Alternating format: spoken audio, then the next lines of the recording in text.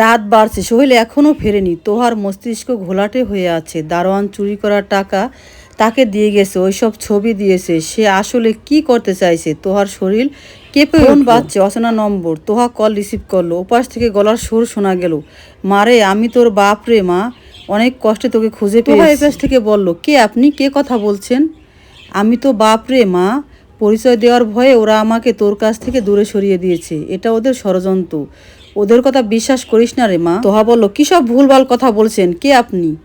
আমার কথা বিশ্বাস কর মা, সোহেলকে যেমন দেখা যায় সোহেল তেমন না। তোহা বলল, রাত দুপুরে মদ গাঁজা খেয়ে মানুষকে বিরক্ত করবেন না। আমার স্বামীকে আমার চেনা আছে। ওপাশ থেকে বলল, তাই? সত্যি? তাহলে তোর স্বামী এখন কোথায়? বাড়িতে আছে? তোহার মনে ভয় ঢুকে গেল। সে শুকনো ঢোক গিলে চুপ করে রইল।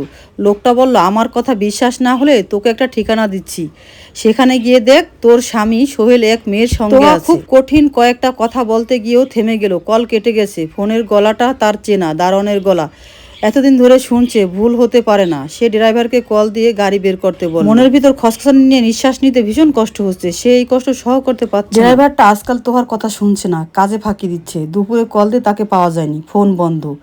এখন ফোনে পাওয়া গেল, আসতে দেরি করছে। সে মেজাজ ধরে রাখতে পারলো না, জোরে জোরে নিঃশ্বাস নিতে লাগলো। আকাশে মেঘ জমতে শুরু করেছে, থেমে থেমে বিদ্যুৎ চমকাছে। তোহা সদর দরজায় পাশে সরে দাঁড়ালো। মিনিট বিশেক পর দাঁড়িয়ে থাকার পর ড্রাইভার এলো।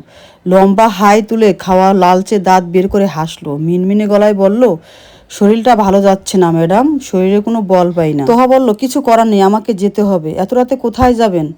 তোহা বলল, সেই কৈফত তোমাকে দিতে হবে নাকি? ড্রাইভার বলল, উফ, আপনি এত রেগে যাচ্ছেন কেন? ঠিকানা না দিলে কোথায় নিয়ে যাব? গাড়ি বের করো, গাড়িতে বসে। ড্রাইভার গাড়ি বের করলো অনিচ্ছায়। তার চোখ মুখে বিরক্তি ছাপ স্পষ্ট। তোহা গাড়িতে উঠে বসলো। সে গাড়িতে বসতেই সোহেলের গাড়ি ঢুকলো। সোহেলের সাথে একটা মেয়ে এসেছে। মেয়েটা মাথায় ঘোমটা দিয়ে বউ বউ ভাব নিয়ে এসেছে। তোহা গাড়ি থেকে নেমে পড়লো। তীক্ষ্ণ গলায় বলল, এই মেয়েটা কে? সোহেল, আমার কথার জবাব দাও। এই মেয়েটা কে? তোমার সাথে কি করছে? সোহেল তোহার বাহু ধরে তাকে একপাশে নিয়ে গেল। নরম সুরে বলল, বুঝিয়ে বলার সুযোগ দাও।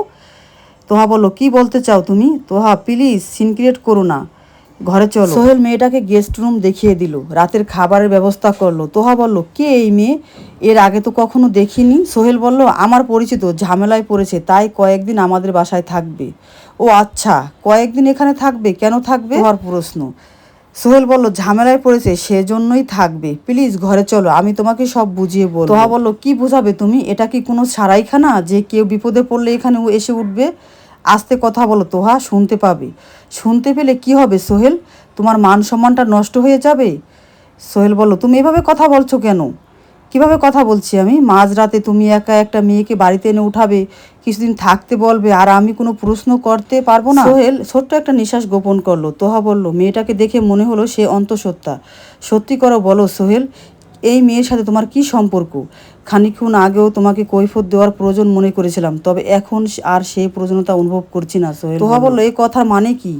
কোনো মানেই নেই তোহা, ঘরে যাব আমি, আমার পথ ছাড়ো। রাতের খাবার খাবে না? আমার খিদে নেই, তোমার খাওয়া না হলে খেয়ে নাও। সোহেল ঘরে চলে গেল। সে ঘরে যেতেই মাহিরা এলো, বিস্মিত মুখে বলল, তোমরা কি ঝগড়া করেছিলে? তোহা মাথা দুলিয়ে কি যেন বলল, অর্থ বোঝা গেল না। সোহেল বিছানায় বসে মাথার চুল খামচে ধরে আছে। তার মেজাজ বিগড়ে গেছে। তোহা কিভাবে কিছু না জেনে শুনো এমন ব্যবহার করতে পারলো? সে কি তোহার থেকে কিছু লুকাতে চেয়েছে? সোহেল বিরক্তিকর নিঃশ্বাস ফেলে কপাল কুঁচকে রইল। খানিকক্ষণ পর তোহা ঘরে ঢুকলো। সোহেলের পাশে বসতে বসতে বলল, এমন ব্যবহারের জন্য দুঃখিত। দেরি করে ফিরেছো দেখে মেজাজ ঠিক ছিল না, আমি খুবই দুঃখিত। সোহেল বলল, সমস্যা নেই। মেয়েটা কে? কেমন পরিচিত?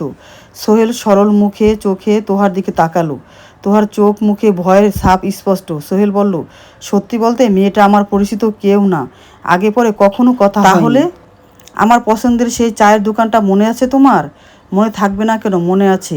মেয়েটার দোকানের সামনে বাড়িতে ভাড়া থাকতো, যেতে আসতে মাঝে মধ্যে দেখেছি। তারপর আজ হঠাৎ মেয়েটা রাস্তার ভেতর দাঁড়িয়ে কাঁদছে। বাড়িওয়ালা তাকে নানান কটু কথা শোনাচ্ছে। লোকজন তাদেরকে ঘিরে দাঁড়িয়ে আছে। গিয়ে জিজ্ঞেস করলাম, কি হয়েছে? বাড়িওয়ালা বলল, মেয়েটা 6 মাস ধরে বাসা ভাড়া দিচ্ছে না, তাই তাকে আর বাসাতে থাকতে দেব না। তোহা বলল, ভাড়া মিটিয়ে দিতে?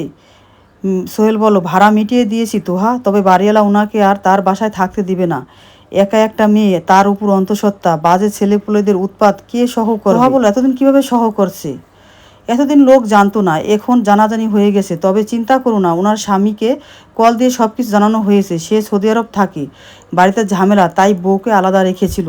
কাল পরশুর মধ্যে ওনার বাড়ির লোক চলে আসবে। তোহা সোহেলের কথা বিশ্বাস করলো। আলমারি খুলে সোহেলের কাপড় চোপড় বের করে দিয়ে বলল, কাপড় বদলে খেতে এসো, আব্বু চিংড়ি পোলাও রান্না করেছেন। সোহেল কাপড় হাতে বাথরুমে ঢুকে গেল। কাপড় বদলে তারা দুজনে একসাথে খেতে বসলো। তোহার ঘুম ভাঙলো অনেক বেলায়, অনেক রাত পর্যন্ত ঘুমোতে পারিনি। দারোয়ানের কথা মাথায় ঘুরছে, লোকটা কি চাইছে।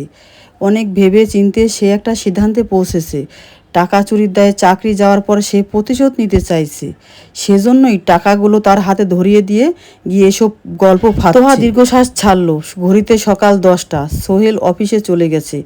তোহা হাত মুখ ধুয়ে নিচে নামলো, তবে খেতে বসলো না। সোজা গেস্ট রুমে ঢুকে গেল। রাতে আসা মেয়েটা বিছানায় বসে চুল আঁচড়াচ্ছিল। সে তোহাকে দেখে উঠে দাঁড়াল, নরম সুরে বলল, আপনি? তোহা বলল, আপনি কে ওইটা আগে বলুন। তার গলার সুর খটখটে। মেয়েটা বলল, আমার নাম সুরভি, সুরভি খাতুন। নাম দিয়ে কি যায় আসে, অন্য পরিচয় বলেন, এখানে কেন এসেছেন? সুরভি তাকে সব খুলে বলল। প্রতিটা কথা সোহেলের কথার সাথে মিলে যায়। তোহা বলল, বিপদে পড়েছেন আর একজন ছেলের হাত ধরে তার বাড়িতে চলে এসেছেন। চক্ষু লজ্জা বলতে কিছুই নেই। মেয়েটা বলল, লজ্জা দিয়ে কি জীবন বাঁচে? বাঁচে না। তোহা বলল, এই কথার মানে কি? মেয়েটা বলল, যেমন আমার মা বলতো, স্বামীর কাছ থেকে